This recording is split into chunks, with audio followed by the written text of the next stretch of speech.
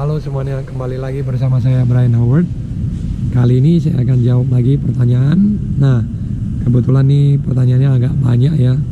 Kemarin saya kumpulin itu lebih kurang ada 13 pertanyaan. Ya, jadi mungkin saya akan gerak cepat ya, gercep ya, dan supaya semuanya terjawabkan ya. Nah, kita langsung masuk ke pertanyaan pertama ya. Nah, coach, pertanyaan berikutnya tentang heart rate. Heart rate anak saya 220 dikurangin usia.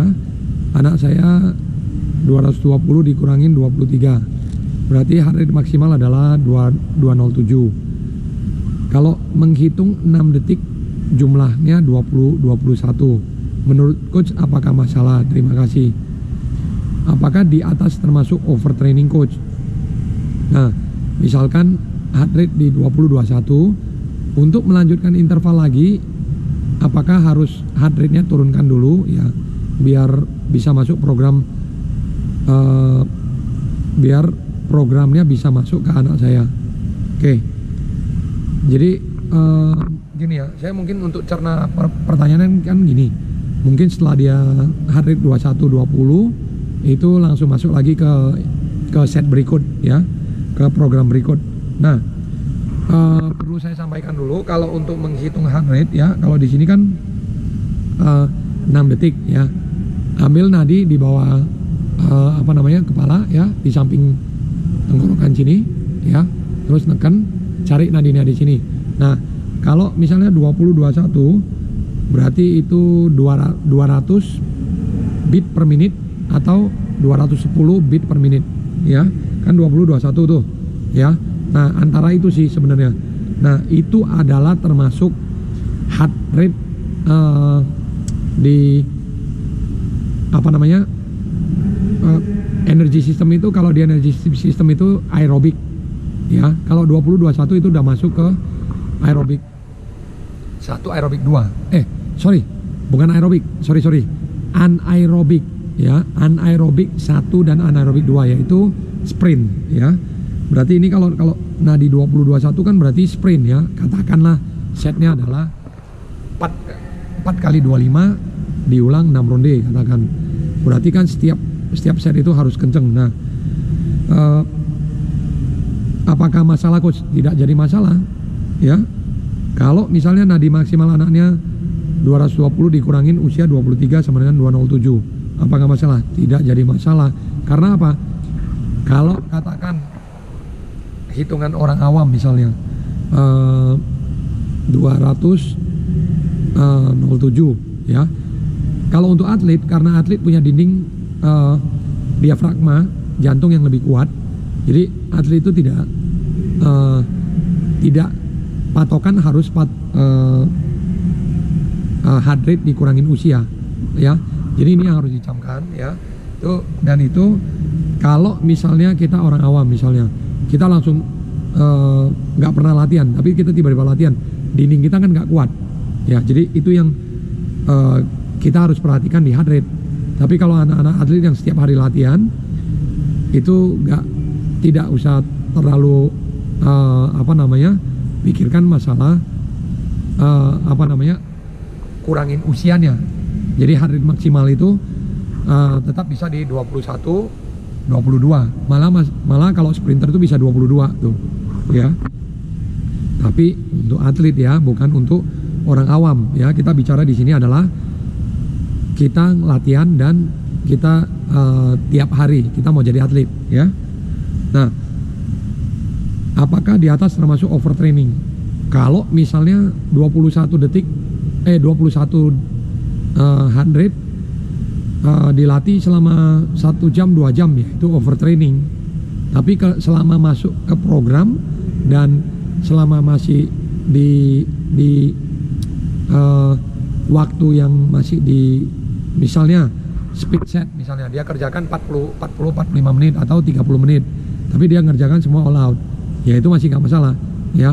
Kalau dikasih 2 jam gitu ya, itu ibaratnya kita lipatkan 2 over distance, over training ya, itu tentu termasuk ke dalam overtraining ya.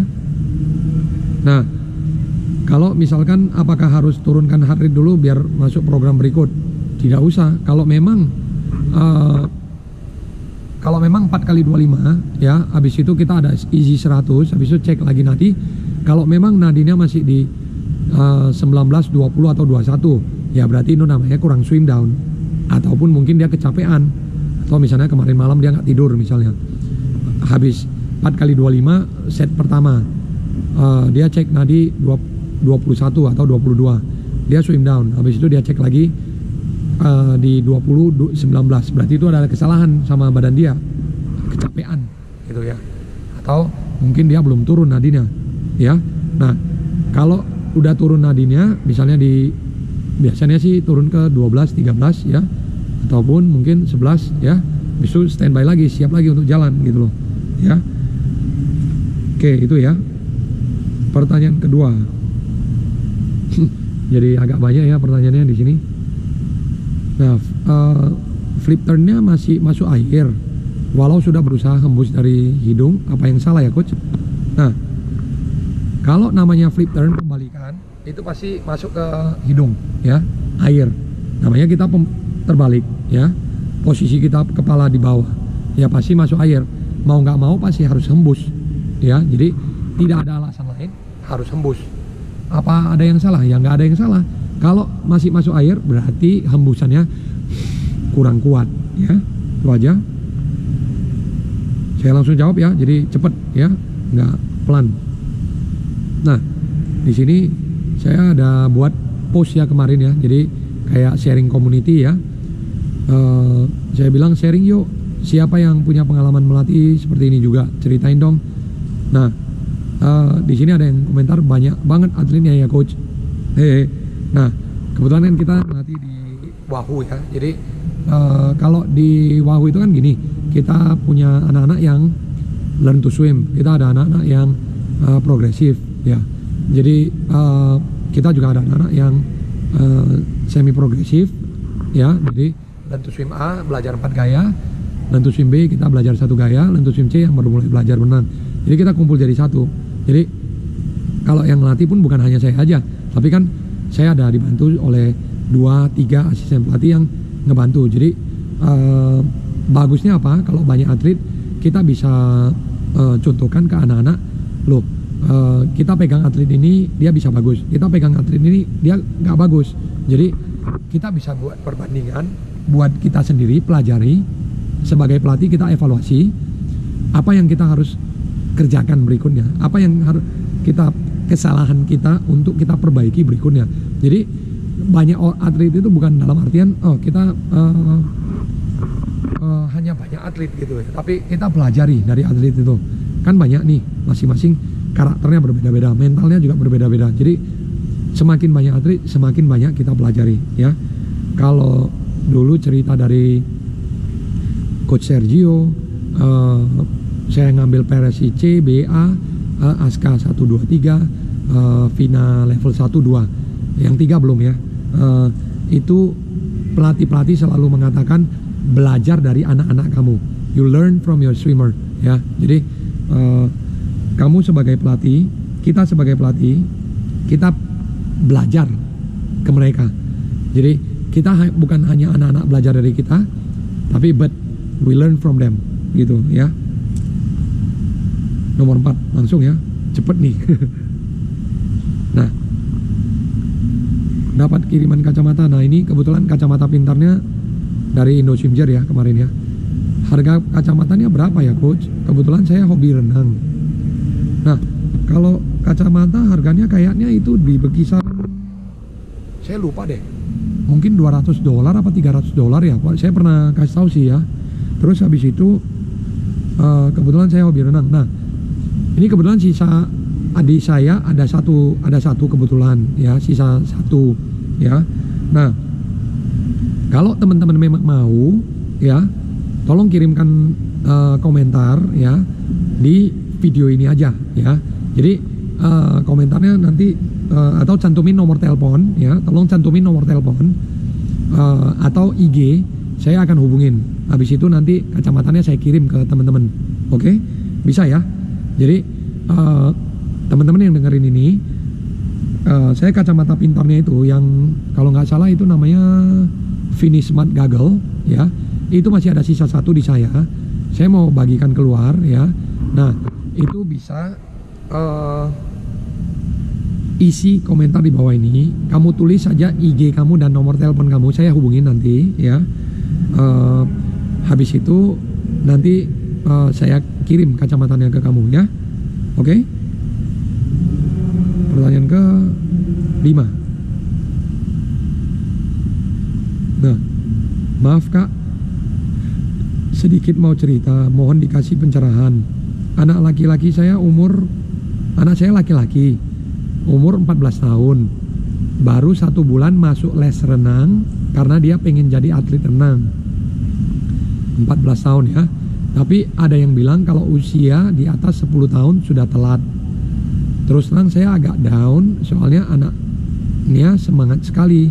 Dia cepat bisa mengerti dan mengerti. Mohon pencerahannya Kak, terima kasih. Nah, umur 14 tahun, telat atau tidak?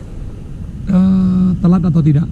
Kalau di kepelatihan itu saya boleh katakan telat ya, tapi tidak semua kasus itu sama ya. Jadi pelan sedikit, tapi kalau memang dia niat, dia punya benar-benar mau latihan, itu bagus menurut saya ya. Tapi nggak tahu kalau saya juga nggak pernah pegang anak ini, jadi saya nggak tahu anak ini apakah niat benar apa enggak. Tapi kalau benar-benar niat mau pelajari dan tidak malu, tidak sungkan dan memang mau maju, itu tidak telat. 14 tahun, kalau katakan prosesnya dia belajar 10 tahun pun ke depan, dia masih bisa 24 tahun ya. Mungkin pada saat itu dia bisa berenang jarak panjang, bisa jadi sprinter ya. 24 tahun pun udah matang ya. Jadi kalau ada yang anak usia 14 tahun laki-laki, itu sebenarnya kalau telat banget enggak. Kalau untuk putra, karena kan 13 tahun itu baru mulai dilatih untuk program yang berat ya. Program yang benar-benar masuk ke namanya learn how to practice gitu loh. Jadi pelajari cara berlatih itu umur 13 tahun. Tapi kayak mulai berenang udah umur 9 tahun ya. Paling telat sih menurut saya kalau untuk putra itu lebih baik di umur 9-8 tahun udah mulai kenal lah sama air ya. Itulah lebih kurang. Tapi bukan dalam artian 14 tahun itu telat.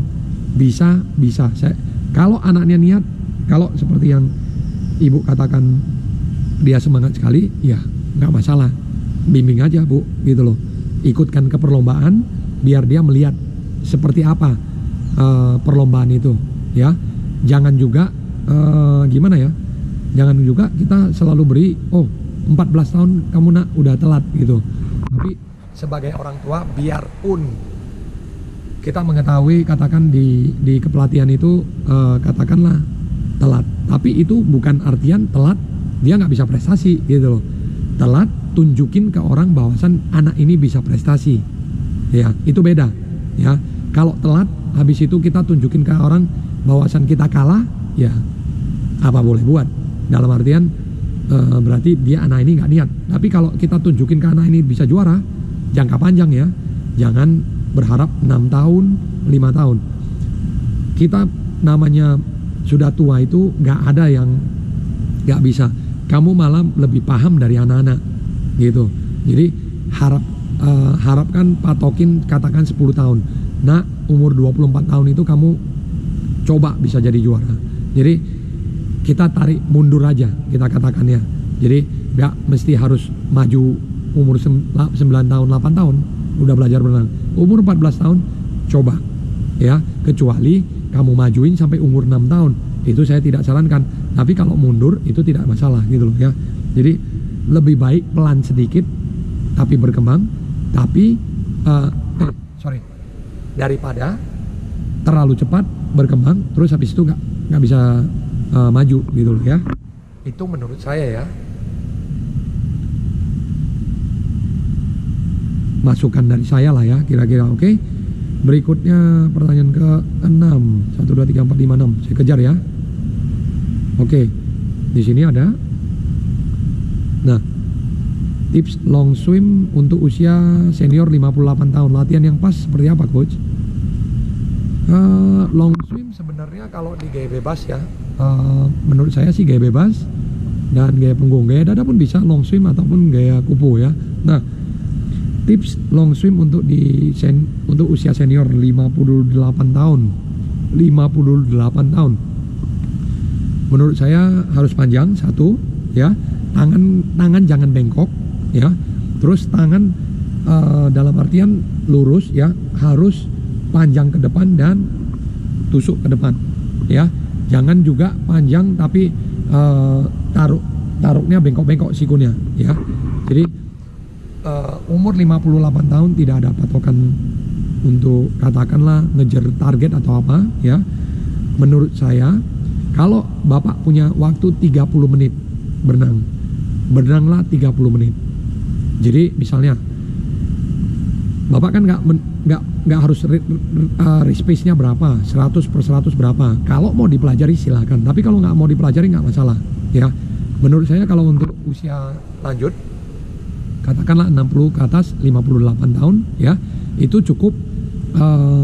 Bapak katakan punya waktu 30 menit, bisa berenang 30 menit itu, dalam 30 menit itu sebanyak mungkin berenang. Misalnya Bapak hanya bisa berenang 1000 meter dalam 30 menit, berarti pace per 100 itu 3 menit. Jadi masalah nggak? Tidak jadi masalah ya. Jadi kalau boleh saya katakan, program pun ya, latihan yang pas seperti apa, coach? Berarti ini kan katakanlah program. Nggak usah mesti harus program. Bapak buat aja 30 menit berenang sebanyak mungkin yang Bapak bisa. Katakanlah Bapak target adalah Selasa, Kamis, Sabtu, atau Senin, Rabu, Jumat gitu. Jadi 3 hari Bapak buat 30 menit berenang, 3 hari lagi Bapak mungkin boleh aja belajar gaya dada, belajar gaya kupu mungkin, belajar gaya punggung mungkin. Kalau 30 menit dapat katakan 1500, ya udah nggak apa-apa, 1500 aja cukup gitu loh ya. Jadi nggak mesti kayak, oh saya programnya harus apa ya, harus sprint set apa harus respect set. Nggak harus seperti itu Pak. Kalau Bapak udah usia lanjut kan target udah, kita nggak pasang target lagi. Jadi berenang aja, katakan 30 menit, dalam 30 menit Bapak bisa berenang 800 meter ya sudah nggak apa-apa. Mau gaya bebas boleh ya. Tip long strokes ya, satu, tarikannya harus panjang. Kedua, kepala tunduk ke bawah. Ketiga, jangan lupa atur nafas. Keempat, kakinya satu-satu aja Pak. Jadi tarikan kanan, tendang kaki kanan. Habis itu pas tarikan kiri, ya tendang kaki kiri. Jadi disinkronkan aja. Umumnya itu tangan kanan sebelum narik penuh ya. Jadi sambil narik itu udah tendang dengan kaki, tangan kanan tarik, kaki kanan tendang, tangan kiri tarik, kaki kiri tendang ya. Jadi itu seperti itu korelasinya ya. Oke, cukup ya. Lalu pertanyaan ke 6, 7. Cepat ya teman-teman ya. Pengen ngelatih dengan jumlah sebanyak itu, mentok paling banyak di 15 orang. Entah kenapa walau ilmu hanya sebatas jari, tetap rasanya pengen diamalin ilmu ini. Dan untuk Coach Brian, terima kasih atas semua ilmu dan masukannya. Sama-sama Pak. Nah, 15 ya. Kalau 15 kali ngelatih sih itu udah banyak menurut saya ya. Itu teman-teman udah mungkin harus pakai teman-teman pelatih lain lah. Maksudnya 2 atau 3, karena menurut saya efektifnya satu pelatih kalau pegang satu kelas yang sama-sama kemampuannya itu mungkin masih bisa di angka 10, 12 ya. Tapi kalau di angka 20, 30 ya itu teman-teman udah harus ada backup pelatih lain gitu. Jadi kayak asisten pelatih. Jadi supaya apa? Teman-teman bisa fokus gitu loh, nggak program 1, program 2 nanti mau kerjakan yang mana gitu ya. Itu ya menurut saya ya. Berikut pertanyaan ke 7, 6, 7, 8 ya. Nah, maaf coach, bagaimana cara menaikkan speed untuk anak-anak? Nah di sini saya ada tanya itu umur berapa ya gitu ya, untuk umur berapa. Nah teman-teman kalau memberikan pertanyaan tolong kasih pertanyaan yang jelas gitu ya. Maksud saya jangan kasih pertanyaan hanya coach gimana naikin speed misalnya, tapi umur berapanya, apakah untuk putra, apakah untuk putri, umur berapa, KU berapa, ataupun misalnya ya. Nah seperti ini ya. Jadi kalau lebih jelas, lebih details, lebih rinci, saya lebih jawabnya lebih gampang ya. Nah ya coach sekalian untuk programnya anak KU 2017, program apa yang bagus dan berapa kali latihan dalam seminggu. Nah itu dulu saya jawab ya pertanyaan pertama ya.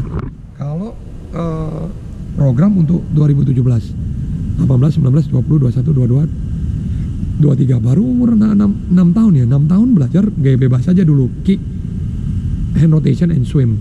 3 pengenalan, terus flutter kick yang duduk, terus habis itu flutter kick duduk, terus berenang gaya bebas, kaki gaya bebas, hand rotation, lalu wall kick. Itu aja dulu ya. Terus jangan lupa cara pernapasan dan cara ngapung ya. Dan umur 6 tahun saya rasa gak usah bingung lah, seminggu cukup sekali ya. Itu pun kalau dia mau seminggu sekali ya, gak usah banyak kali. Nah kalau anak saya cewek KU 2013 untuk power ada latihan seminggu 2 kali biasanya. Semua program kisaran 4.500 sampai 6.000. Kalau mau lomba 4 kali seminggu, tapi masih kalah kalau di sprint, maksudnya nomor sprint ya. Oke, 2013 kita hitung ya sekarang. 13, 14, 15, 16, 17, 18, 19, 20, 21, 22, 23. 10 tahun putri boleh sih latihan 4 kali seminggu, 5 kali seminggu pun oke. Cuman 4.500 sampai 6.000 saya rasa itu agak banyak ya. Benahin dulu stroke-nya Pak, menurut saya. Jangan power terus nanti ketika nanti dia udah katakan udah bosen dengan power, dia nggak bisa maju lagi gitu loh ya. Jadi teknik yaitu drill. Bapak coba cek kembali video saya sebelumnya yang ada program 8 kali 50 atau klik langsung di bawah ini deskripsi, saya selalu taruh ya program latihan 8 kali 50 diulang 2 ronde. Itu drill, setiap minggu beda-beda drillnya bisa ditonton juga di video drill ya. Oke, cukup ya. 12, 8, 9, 10.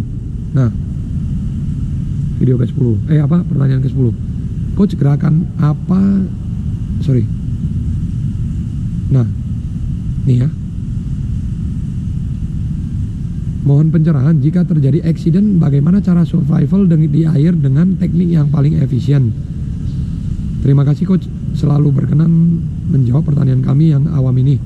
Sama-sama ya. Ya kalau saya juga terima kasih kepada teman-teman yang sudah memberikan masukan. Jadi saya ingat terus apa yang saya bisa dapatkan di klinik ya, 1, 2, 3 ya gitu ya. Nah mohon pencerahan ketika terjadi kecelakaan misalnya tenggelam ya, cara untuk survival gimana. Harus belajar ngapung ya teman-teman. Lihat aja kembali cara ngapung, saya ada buat di videonya